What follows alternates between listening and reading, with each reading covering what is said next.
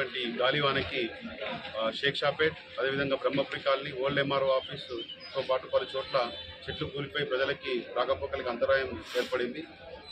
దీనిలో భాగంగా మా ఎస్పీ మేడం గారి ఆదేశాల మేరకు శివంగి టీంను తీసుకొని ఈరోజు ప్రత్యేకంగా పట్టణంలో ఎక్కడెక్కడైతే ఈ రాకపోకలకు అంతరాయం ఉందో ఆ ఏరియాలో సహాయక చర్యలు అందించడం జరిగింది. దానిలో భాగంగా ఈరోజు షేక్షాపేటలో 3 చెట్లు కూలి కొన్ని ఆటోలు అదేవిధంగా కారు ధ్వంసమైంది. వాటన్నిటిని కూడా ఈరోజు మేడం గారి ఆదేశాల మేరకు మా శివంగి టీంతో అదేవిధంగా మా ఏఆర్ టీంతో ఈరోజు పట్టణంలో పలు చోట్ల క్లియర్ చేయడం జరిగింది.